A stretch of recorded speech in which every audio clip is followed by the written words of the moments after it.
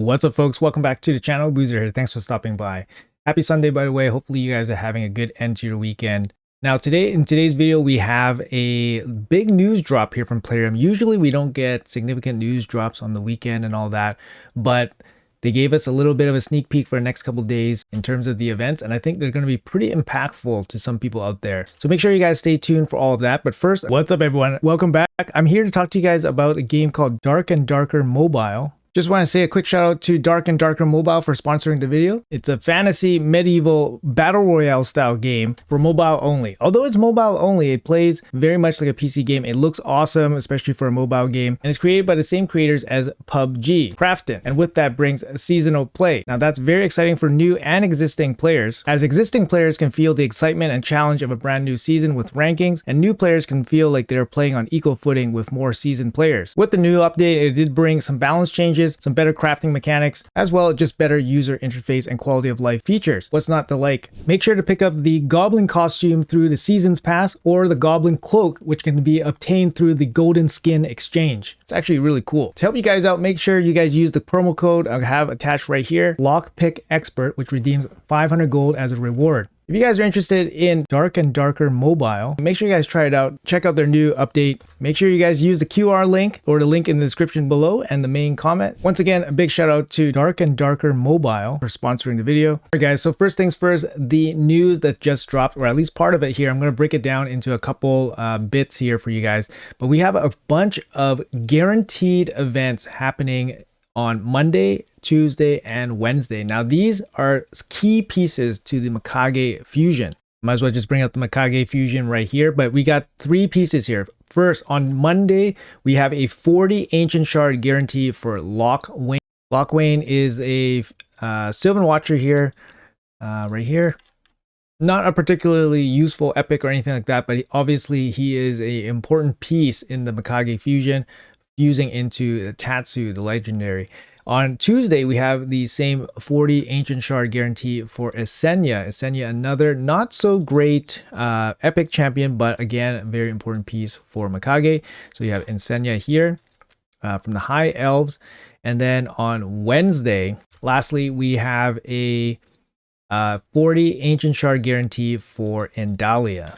Again, not a very useful epic, but very useful to fuse Macag. Keep in mind that the Monday, Tuesday events are 24 hours, and then the Wednesday one for Endalia is 23 hours. So for 40 Ancient Shards, if you guys are basically close to Macag or have collected the pieces for Macag and you guys are missing these three epics, even for 120 Ancient Shards with no boosted rate and all that, to guarantee that you will get these three epics, I think it's probably worth it just to get Macag. Macag is an absolute insane mythical champion. The best thing about Macag is that she fits basically anybody that plays this game, like, because she's really good in PvE and she's really good in PvP. So you can use her, you know, for many different ways, right? And she gets even better if you have a really strong Shadowkin DPS champion. So for example, if you're fortunate enough to have Toshiro, if you have Harima, if you have Ninja, him being free might be the most likely one that you might have, Ayasu. But any of these super strong DPS with Macag makes her incredibly, you know, even more valuable in areas like Hydra, Chimera, and of course you can pair her up with those champions in Arena as well. So she's a great champion, definitely worth it, especially if you guys have gone this long without actually fusing her. She's been in the game for almost 2 years. Primal's been in the game since, I believe, September 2023. So if you guys are within striking distance of picking her up, I would definitely recommend probably pulling your Ancient Shards for her. Also, there's actually more. There's a second part to this, and I'm going to put the news right up there right now. So on Tuesday, there's actually going to be a progressive event as well for Tatsu. Tatsu is the legendary champion, or one of the legendary champions that go into the Macag fusion. So Tatsu is here. She's not too great of a champion. She was a guarantee champion for a training event, I believe, at one point. But she's not too great of a champion, but she is needed for the Macag fusion. And there's actually progressive events as well for the Macag epics. Now, keep in mind that these progressive events, they're pretty much like a scam. The odds of you pulling one specific champion from your choice of progressive champion is about 7%. And the fact is that you're not very likely to get that. And also you're pulling with basic rates. You're pulling with the reduced rates, not boosted rates or anything like that. So it's definitely a long shot. But the chance is there. You also get the 3 epics here as well: Asma, Ulfrig, and Delaja. All 3 up for grabs on Tuesday. The epics have a little bit more chance because there's more chance of getting epic. You get 8%, but you're not going to get too many epics. You only got 8% chance, right? It's not as good as the 2x event where you get 16% chance at epics. So the likelihood of pulling these probably pretty low. Now on Wednesday, same kind of story here, but for the second legendary in the fusion, and it's going to be Kreela the Watcher. Kreela is actually the better legendary of the 2. She has some use in Clan Boss, for example, because she can place increased defense and allied protection on a 3-turn cooldown. That's pretty good. She also has decreased attack on the A1. She actually has a decent relevant kit for Clan Boss, but she is the second legendary that goes into Macag, and obviously that role is more important.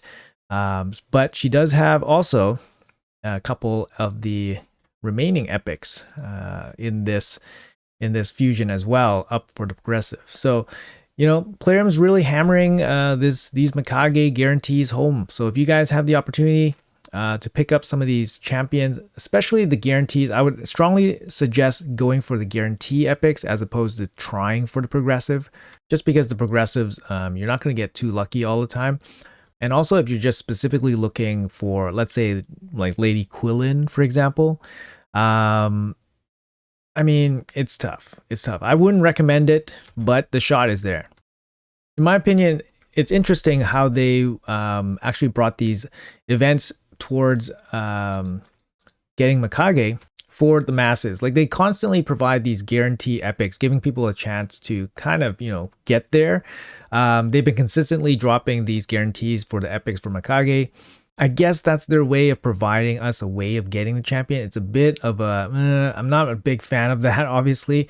Ideally, they give us other ways, like basically playing the game maybe instead of having to pull shards. But, it's a way. So if you guys are missing any of these epics, and, definitely save 40 ancient shards just for the off chance that these guarantee events do show up. Then you can kind of capitalize at that point.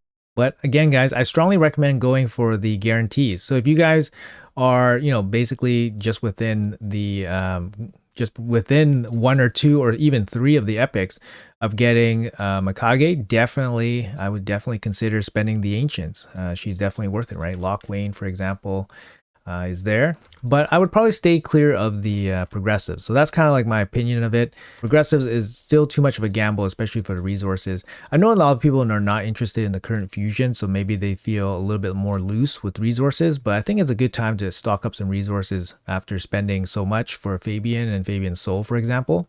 But overall, in my opinion, I think these events are kind of good. They kind of give people a chance to participate, kind of doing their own fusion by basically participating in these events if they're not participating in the current fusion. And maybe their analytics show that most people are not interested in this current fusion.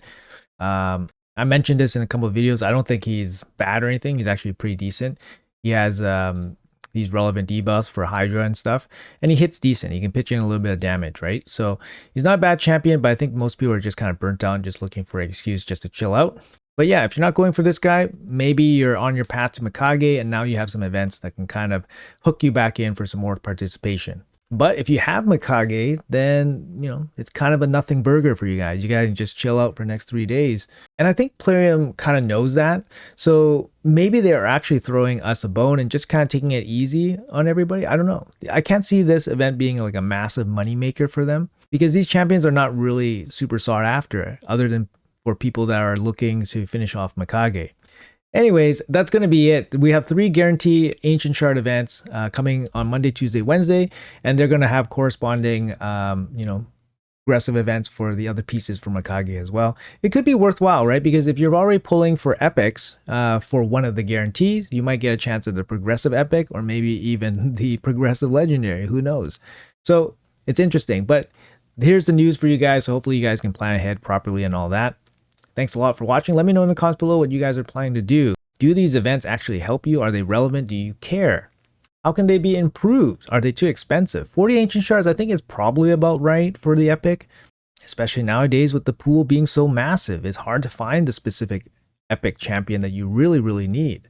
So in that regards, I think it's probably okay. Hopefully, it helps somebody out there, and it's going to be a big win, big payoff for somebody. So anyways, guys, that's going to be it for the video. Let me know in the comments below what you guys think. Thanks for watching. Have a great day, and I'll see you guys in the next one.